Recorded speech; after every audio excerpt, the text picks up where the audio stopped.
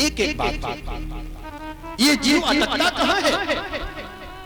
अभी ये कथा में कितना कथा में लगा हुआ है, बढ़िया कथा सुन रहे, सत्संग सुन रहे, भगवान की पूजा करते तो भगवान में मन लग जाता, लेकिन जैसे दूर होते तो फिर घर परिवार संसार में ये जीव जाकर के अटकता है। ये ऊखल काहे का बना है? ऊखल लकड़ी का बना हुआ है। और पेड़ों में क्या है जानते हो? पेड़ों में भी लकड़ी है, वृक्ष में क्या है? लकड़ी है। जैसे ही परिवार के बीच में पहुंचा, परिवारी जनों के पास पहुंचा, कोई अटक गया, रुक गया, अटक गया। मेरे प्यारे भैया, भगवान कहते हैं देख, तू मेरे साथ जुड़ गया है और मेरे साथ जुड़ने के बाद भी तू अटक रहा है, तू रुक रहा है। अब मैं तुझे अटकने नहीं दूंगा। और एक झटका मारा भगवान ने, सोई दोनों वृक्ष ताड़ ताड़ करके गिर गए और वो ऊखल इस पार आ जाता है। जो एक बार भगवान से जुड़ जाता है सही तरीके से, भक्ति के माध्यम से जो एक बार भगवान से जुड़ जाता है, फिर दुनिया में भगवान उसे कहीं अटकने नहीं देते, कहीं भटकने नहीं देते। और कहीं अटकता भी है तो भगवान ऐसा झटका लगाते कि सीधा भगवान ही के पास पहुंचता है, भगवान के पास। और एक बात और समझिए, जो भगवान से जुड़ जाता है, जो भगवान का हो जाता है, जो भक्ति के माध्यम से भगवान के पीछे पीछे चलने लगता है, प्यारे, फिर वो केवल अपना कल्याण नहीं करता, केवल अपना उद्धार नहीं करता है, फिर वो दूसरों का भी उद्धार करने लगता है। आज इस ऊखल का माध्यम लेकर के भगवान ने इन दोनों वृक्षों का उद्धार किया। ये दोनों वृक्ष जानते हो कौन थे? ये नलकूबर और मणिग्रीव थे, कुबेर के बेटा नलकूबर और मणिग्रीव। आज दोनों का भगवान ने उद्धार कर दिया। नलकूबर मणिग्रीव का श्री ठाकुर जी उद्धार किए। दोनों भगवान की प्रार्थना करके जाने लगे। परीक्षित ने पूछा, महाराज ये कौन थे? बोले इन्हें भी अभिमान हो गया था, मद हो गया था। मेरे पिता तो कुबेर हैं, मेरे पिता के पास क्या कमी है? और मत वाले होकर के नारद जी के सामने अमर्यादित होकर के खड़े हो गए, अमर्यादित बातचीत करने लगे, अमर्यादित भाषा बोलने लगे।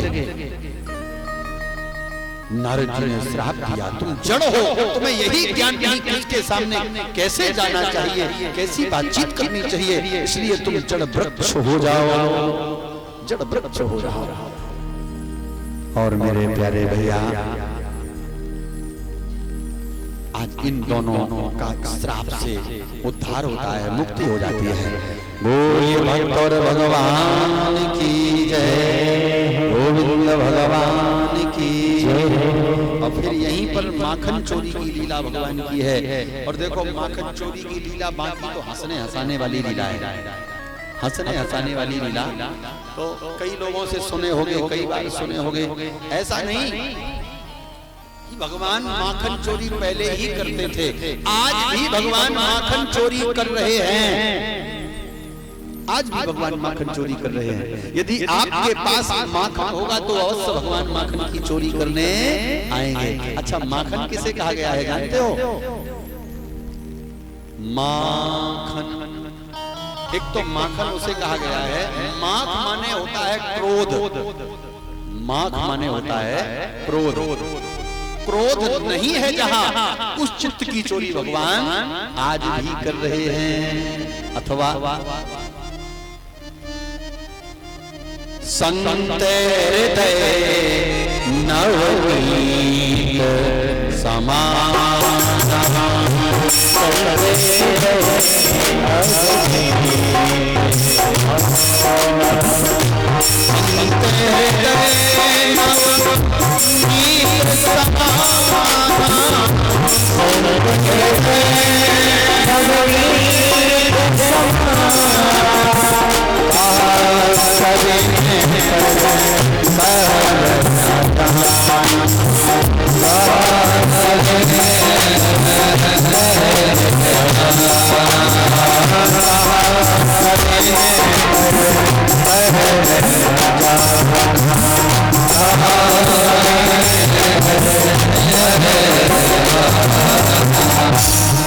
जो जो संत हृदय है, जो साधु हृदय है, उस चित्त की चोरी गोविंद आज भी कर रहे हैं।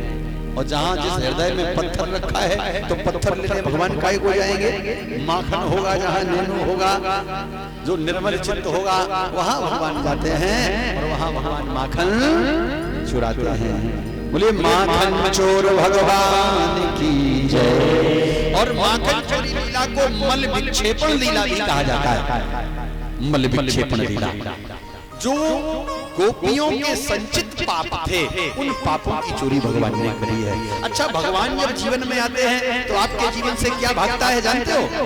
पाप भागते हैं। जब आप राम राम राम राम कृष्ण कृष्ण गाना प्रारंभ करते हो तो आपके जीवन से पाप भागते हैं। तो जब भगवान जीवन में आएंगे तो आपके पापों की चोरी भगवान भागते हैं। मल विक्षेपण लीला इसे कहा जाता है। बोलिए माखन चोर भगवान की। और वो संतों की गाई कथाएं हैं। माखन चोरी भगवान ने वृंदावन में करी, गोपियों को बड़ा तंग किया भगवान ने, बड़ा तंग भगवान करते हैं, मटकी तोड़ देते हैं। ये कथाएं कई बार आप सुने हो, सब प्राय वक्ता इन कथाओं को कहा करते हैं और हमने भी कई बार ये कथाएं सुनाई हैं। कई श्रोता ऐसे यहाँ पर बैठे हैं जो कई बार कथा सुन चुके हैं। कई बार सबने हंसने हंसाने की कथाएं सुनी हैं। मेरे प्यारे भैया मैया, फिर कभी मौका होगा दोबारा और समय होगा तो फिर हंसने हंसाने की बातें समय रहते करी जाती हैं। तो जो कथा की बातें हैं केवल वो पूरी हो जाएं। बोली गोविंद भगवान की जय। इसके बाद ठाकुर जी सुखिया फल वाली पर कृपा करे भगवान।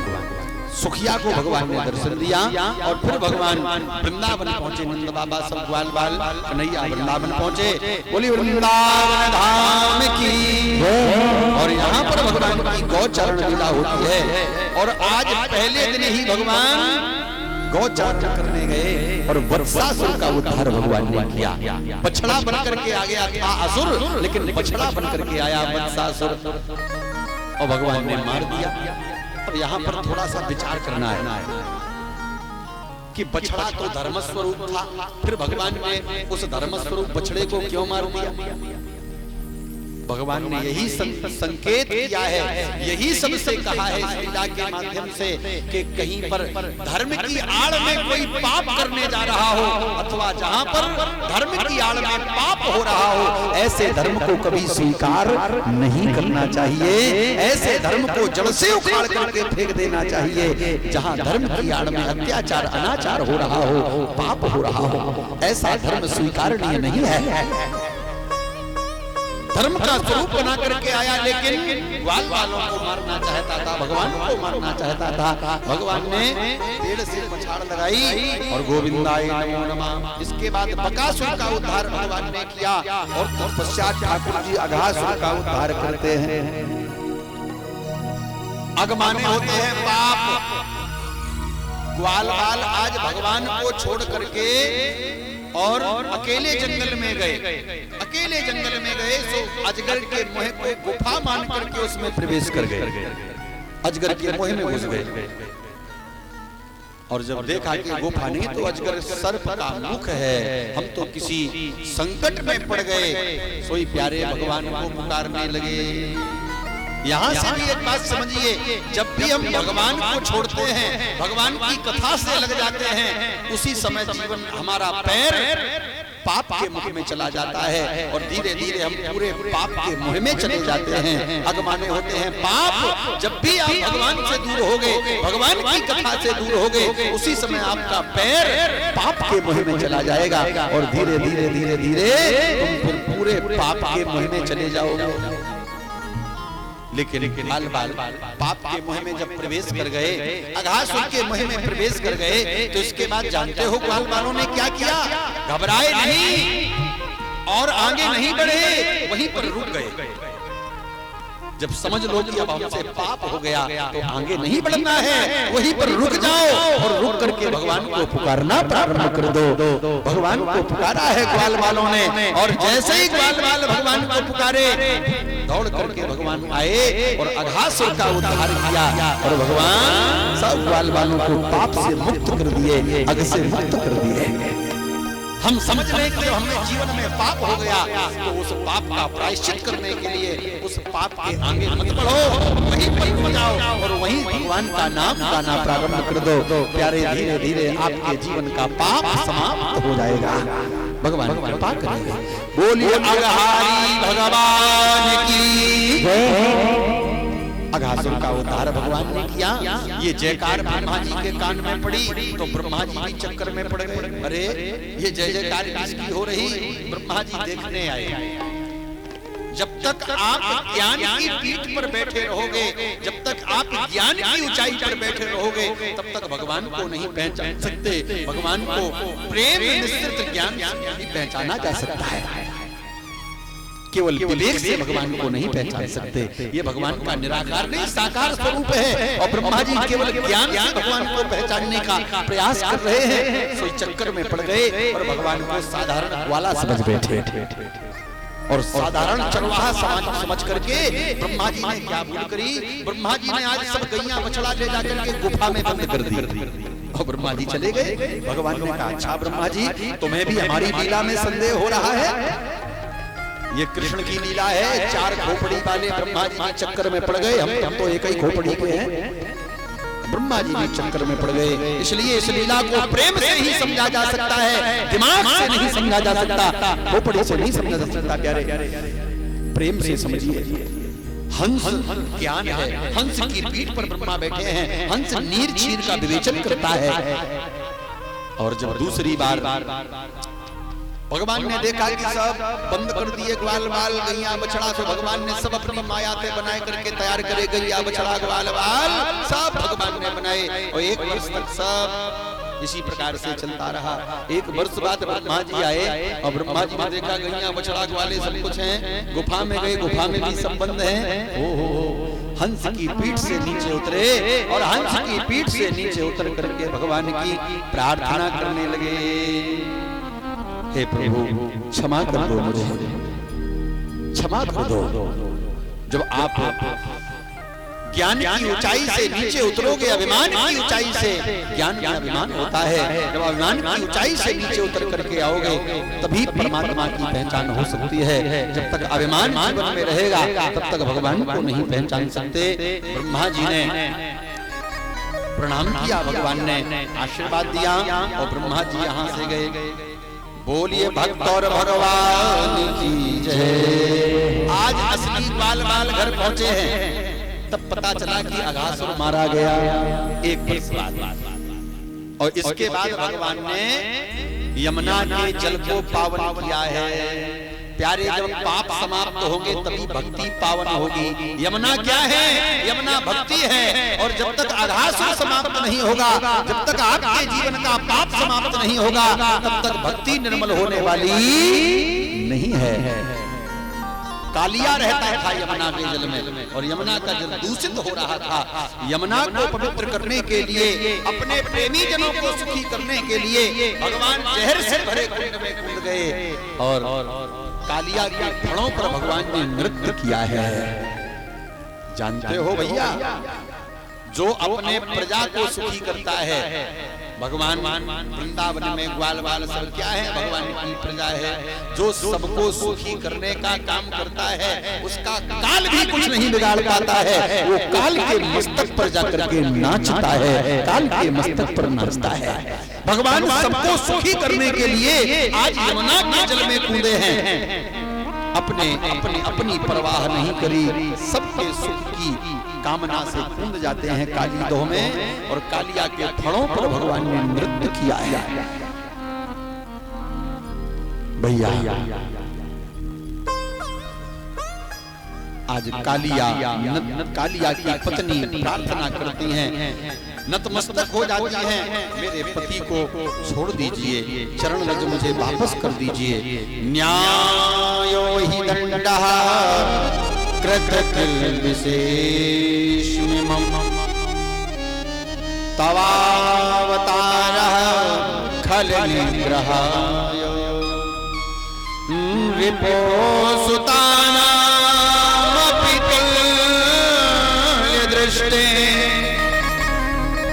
भक्त से दमम फल मेवा मुसलसल। हे नाथ, न्याय के अनुसार दंड दीजिए और अपने आप के जो रिपु हैं, ये मेरे पति, इनको अपना सुत समझ करके, अपना बालक समझ करके छोड़ दीजिए। भगवान ने कहा ठीक है, यहाँ से चले जाओ। कहाँ चला जाऊं, गरुड़ का भय है। भगवान ने कहा रमणद्वीप चले जाओ, मेरे पद चिन्ह तुम्हारे मस्तक पर हैं, अब तुम्हें गरुड़ का कोई भय नहीं है। कालिया भगवान को ऊपर लेकर के आया और मस्तक झुका करके कालिया वहां से चला जाता है। बोलिए गोविंद भगवान की। यमुना का दूषित जल भगवान ने पावन किया। 2 बार भगवान ने अग्नि का पान किया है, कामाग्नि क्रोध अग्नि, ये दोनों अग्नि हैं, काम और क्रोध, इनको पीना है मेरे प्यारे, समाप्त कर देना है इनको, ये बढ़ ना पाए। और इसके पश्चात भगवान बड़ी बड़ी गायों का चारण करते हैं और फिर आती है भगवान की क्षीरहरण की लीला। बोलिए क्षीरहारी भगवान की। अच्छा, इस लीला को आवरण भंग लीला भी कहते हैं। क्षीरहरण लीला को आवरण भंग लीला भी कहते हैं। जिन जिन ब्रज बामाओं का आवरण भगवान ने भंग कर दिया है, चीर चुरा लिया है, वही आगे महाराज में जाकर के सम्मिलित होती हैं। जिनके दुकूल भगवान ने चुराए, माया रूपी आवरण, माया रूपी दुकूल जिनके भगवान ने चोरी किए हैं, वही आगे महाराज में सम्मिलित होते हैं। जिस जीव के जीवन से माया रूपी आवरण का भगवान हरण कर लेते हैं, वही परमात्मा के महाराज में सम्मिलित हो पाता है। ये ब्रज बामाएं क्या करती हैं? स्नान करती हैं यमुना में। तो स्नान करने के बाद फिर कात्यायनी की पूजा करती हैं। स्नान तो कर लेती हैं, लेकिन वस्त्र वही जो उतार के रखती हैं, वही वस्त्र पहन लेती हैं। तो भगवान ने चीर चोरी करके एक ये शिक्षा दी है कि यदि स्नान किया है तो वस्त्र भी शुद्ध होने चाहिए, जब पूजा पाठ करो।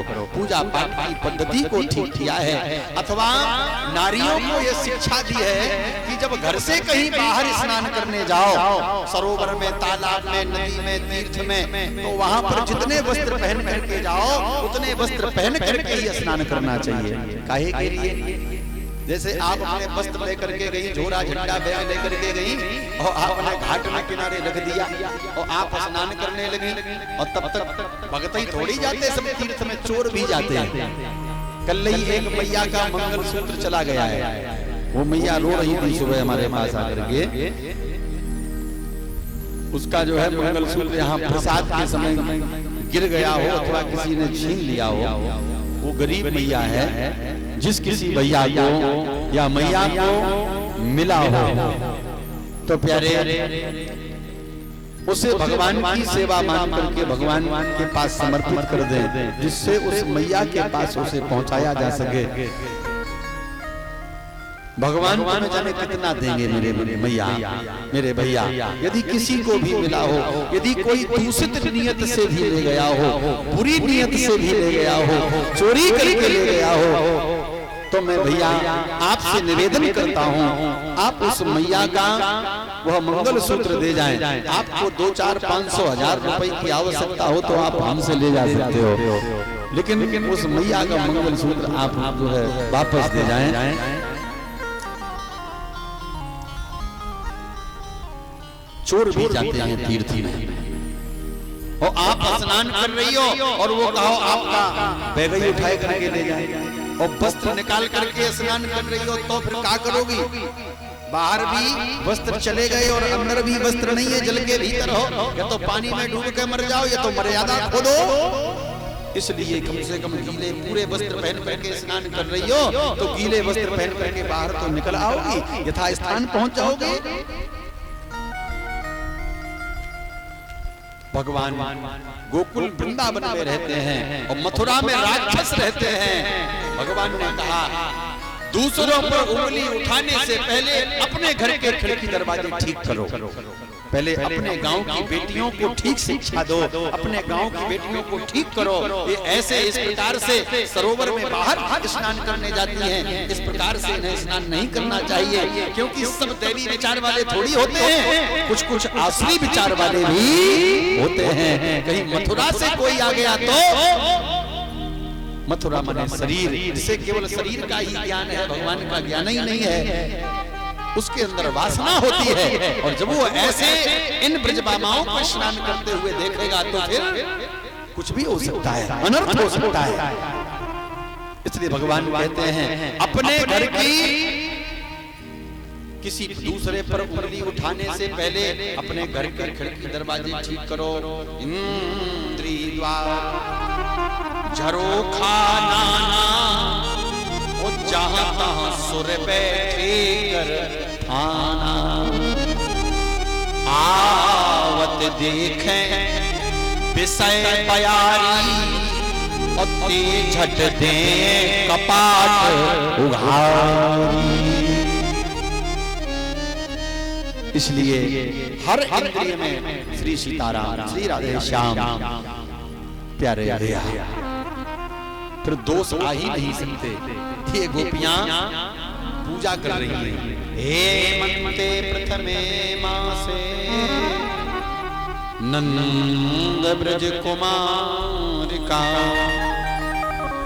चेरुरहस्याम भुंजाना कात्यायन अर्चन व्रतम। कात्यायनी मैया की पूजा कर रही हैं, और कात्यायनी मैया की पूजा में क्या कह रही हैं?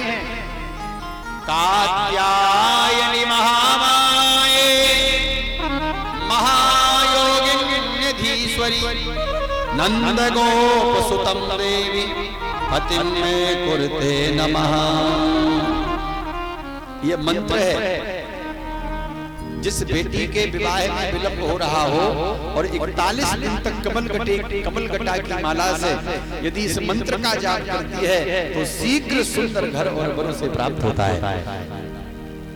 कात्यायनी मैया की प्रार्थना करके कह रही है ये गोपियां कि हमें कृष्ण पति के रूप में मिल जाएं। अच्छा, पति का अर्थ क्या है? पति का अर्थ है पति और पिता दोनों का तात्पर्य एक ही है। पति भी रक्षक होता है और पति भी रक्षक होता, रक्षा करने वाला। इसलिए भगवान को जगत पति भी कहा जाता है और जगत पिता भी कहा जाता है। जो रक्षा करे वो पति है। लेकिन यहाँ पर दूसरे विचार आ जाते हैं, वो तो पति के रूप में भगवान को पाना चाहती थी। पति का अर्थ क्या है? वो रक्षक मांग रही थी। जैसे अब तक ब्रज की रक्षा गोविंद ने करी है, ऐसे ही बराबर हमारी रक्षा करती रहे, क्योंकि जानती थी एक दिन ब्रज में एक काम आएगा, कामदेव आएगा, और उस काम से केवल श्री कृष्ण ही हमें बचा सकते हैं और दूसरा कोई नहीं बचा सकता है। इसलिए कह रही हैं रक्षक के रूप में हमें श्री कृष्ण प्राप्त हो जाएं। सवेरे चीर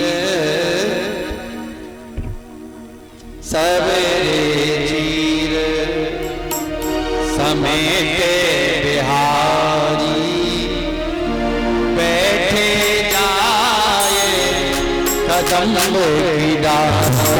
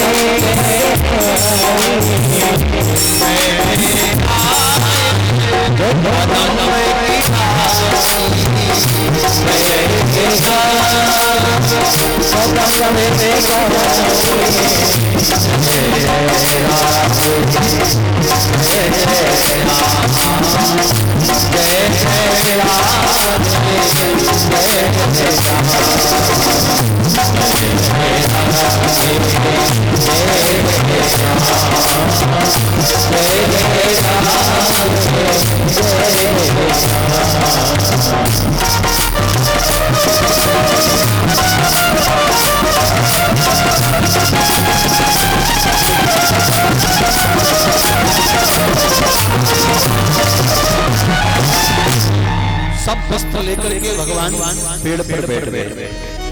गोपियां बाहर निकली, देखा वस्त्र नहीं है। एक सखी बोली वस्त्र कहाँ चले गए? एक बोली हमें लगता है यमुना में बह गए। नहीं, बोले पानी तो जस के तस है, यमुना में कैसे बह सकते हैं? एक बोली हमें लगता है हवा में उड़ गए। नहीं नहीं नहीं, हवा में नहीं उड़े।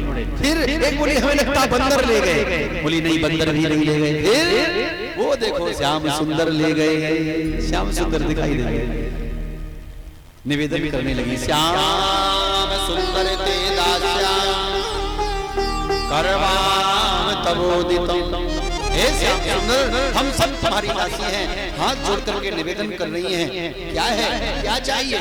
देह बासांचि धर्मज्ञ नो चेद रागे ब्रुवामहे। मेरे वस्त्र मुझे प्रदान कर दो। भगवान ने कहा आओ और ले जाओ। तो गोपियां रुकी नहीं, निकल पड़ी बाहर। गोपियों ने यही विचार किया हम कैसे हैं, हम वस्त्र पहने कि नहीं पहने, विचार नहीं किया। क्योंकि गोपियां शरीर नहीं है, वो तो आत्मा है। वो भगवान श्री कृष्ण को अपना सर्वस्व समर्पित कर चुकी है। और जो भगवान को सर्वस्व समर्पित कर देता है उसे शरीर का ज्ञान नहीं रहता। हम कैसे हैं, हम क्या हैं, इसका ज्ञान नहीं है उन्हें। निकल पड़ी बाहर की ओर, निकल पड़ी। और जानते हो, जिसकी दृष्टि ऊंची होती है उसकी सोच कभी निम्न नहीं होती, कभी नीची नहीं होती। गोपियों की दृष्टि ऊंची है, गोपियां ऊंचे पर बैठे भगवान को देख रही हैं। और जिसकी दृष्टि भगवान से जुड़ी होती है, भगवान से लगी होती है, वो कभी संसारी बातें सोच ही नहीं सकता है। हमने वस्त्र पहन रखे हैं कि नहीं पहन रखे हैं, वो संसारी बातें कभी सोचता ही नहीं है। गोपियां निकल पड़ी बाहर। और जैसे गोपियां बाहर को आई तो भगवान ने उनके अंगों पर वस्त्र सुसज्जित कर दिए, सजा दिए। प्यारे भैया, चिरण की लीला भगवान ने करी है। और फिर ब्राह्मण पत्नियों पर भगवान ने कृपा करी, भक्ति पर भगवान कृपा करते हैं। और इसके बाद आती है गिरिराज जी की पूजा। बोली गिरिराज महाराज की। इंद्र की पूजा होती थी और इंद्र की पूजा की जगह भगवान ने गिरिराज जी की पूजा करवाई। इंद्र की पूजा की जगह क्यों? इंद्र को अभिमान हो गया था, अभिमान हो गया था। और ये भी सब भ्रमित हो गए थे। कौन? बाल बाबा नंद, सब भगवान मान बैठे थे इंद्र को। जैसे पूजा पाठ का सामान बनते हुए भगवान ने देखा, सो भगवान अपने बाबा के पास पहुंचे, नंद के पास। और नंद बाबा से जाकर के भगवान ने कहा, कथ्यता में पिता को संभ्रमो उपागतः किम फलम कस्य चौतेसा केन वा साध्यते मखा। क्या उद्देश्य है पूजा का? पिताजी हमें बताओ। घर में जब कोई पूजा पाठ करो तो बच्चों को पूजा पाठ से दूर मत भगाओ, उन्हें बैठाल करके समझाओ ये काई की पूजा है, कैसी पूजा, तभी तो वो जानेंगे, तभी तो वो समझेंगे। लेकिन लोग बच्चों को दूर करते, भागो पूजा है, पूजा से दूर हटो, छूना नहीं। और फिर बड़े होने पर जब बार बार बुलाओ तो फिर आते भी नहीं, क्योंकि छोटे में उन्हें दूर किया, हटो पूजा है, दूर हटो।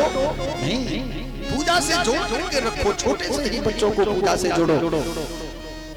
पूछ रहे भगवान, कथ्यता में पिता को ये कौन सी पूजा है, किसकी पूजा हो रही है? बाबा नंद ने कहा, कन्हैया परजन्यो भगवान इंद्रो मेघास्तस्यामूर्तयः देवी वर्षन्ति भूतानां पीडनं जीवनं पया। कन्हैया, ये भगवान इंद्र की पूजा है। कन्हैया ने कहा, बाबा ये इंद्र भगवान बनते हो गए, इंद्र भगवान कौन से हो गया? आप कोई भी आपके सामने आए किसी को भी भगवान मान लोगे? इंद्र का तो ये काम है जल बरसाना, ये तो उसका काम है, मेघों को बुलाना, जल वृष्टि करवाना। वो भगवान कौन से हो गया? नहीं नहीं, वो तो मेरे लिए भगवान ही है। काहे क्यों भगवान है? बोले हमें सुखी करता है, ऐसे सुखी करता है। बोले वो जल बरसाता है, फिर जल से बोले घास होती है, घास गायें खाती हैं, हमें दूध मिलता है, हम सब सुखी होते हैं। भगवान ने कहा, पिताजी आप भ्रम में पड़े हो, कोई किसी को सुखी और दुखी नहीं करता। अपने अपने कर्मों से सब सुखी और दुखी होते हैं। कर्मणा जायते जंतु कर्मणैव विलीयते सुखं दुःखं भयं क्षेमं कर्मणैवाभिपद्यते। को न काहू सुख दुख कर दाता निज कृत कर्म भोग सब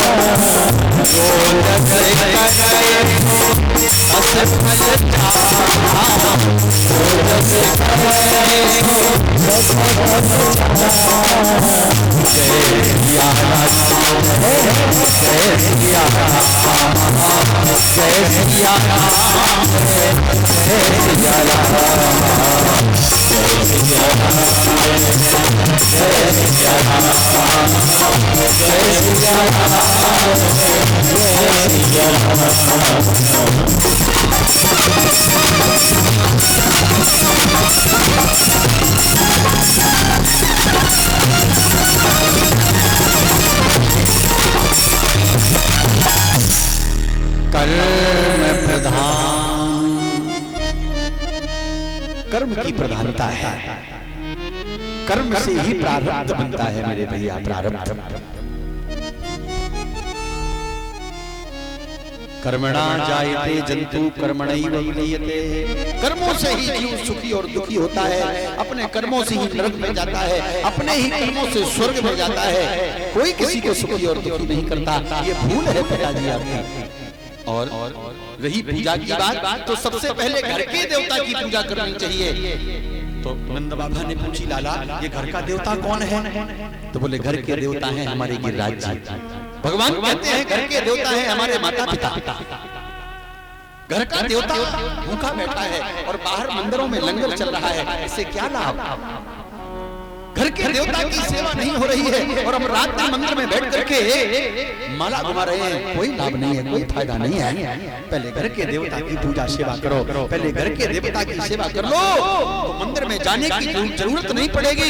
यानी यदि आप माता पिता की सेवा करते हो, माता पिता का आदर करते हो, माता पिता की आज्ञा का पालन करते हो, तो प्यारे वो मंदिर का भगवान तुम्हारे घर में चल करके आ जाएगा। तुम्हें मंदिर में जाने की जरूरत नहीं है मेरे भैया।